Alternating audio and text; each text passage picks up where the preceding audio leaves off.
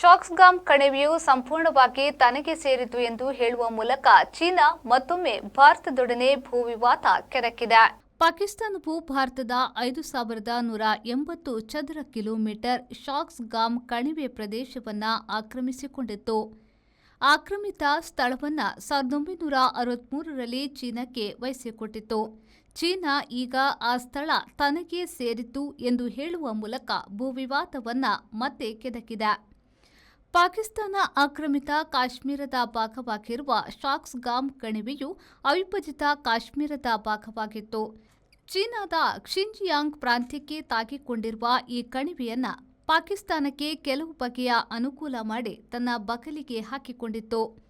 ಆಯಕಟ್ಟಿನ ಜಾಗವಾಗಿರುವ ಈ ಕಣಿವೆ ಭಾರತ, ಚೀನಾ, ಪಾಕಿಸ್ತಾನಗಳ ನಡುವೆ ಪ್ರಚೋದಕ ಜಾಗವಾಗಿ ಉಳಿದುಕೊಂಡಿದೆ. ಈ ಜಾಗವು ಟ್ರಾನ್ಸ್ ಕಾರಕೋರಂ ಟ್ರ್ಯಾಕ್ಟ್ ಆಗಿದ್ದು ಅಕ್ಸೈ ಚೀನ್ ಪ್ರದೇಶ ಎನಿಸಿಕೊಂಡಿದೆ. ಪಾಕಿಸ್ತಾನದ ವಿವಾದ ಬಗೆಹರಿಯದಿರುವ ನಡುವೆ ಈ ಸೂಕ್ಷ್ಮ ಪ್ರದೇಶವು ವಿವಾದಿತ ಪ್ರದೇಶವೇ ಆಗಿ ಉಳಿದಿದೆ. ಚೀನಾ ಈಗ ಮತ್ತೊಮ್ಮೆ ಅದರ ಮೇಲೆ ಹಕ್ಕು ಸಾಧಿಸಿದೆ.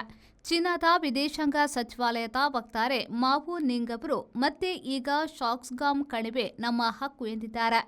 ಭಾರತದ ವಿದೇಶಾಂಗ ಸಚಿವಾಲಯವು ಚೀನಾದ ವಾದವನ್ನು ತಿರಸ್ಕರಿಸಿದೆ ಮತ್ತು ಖಂಡನೆ ತಿಳಿಸಿದೆ.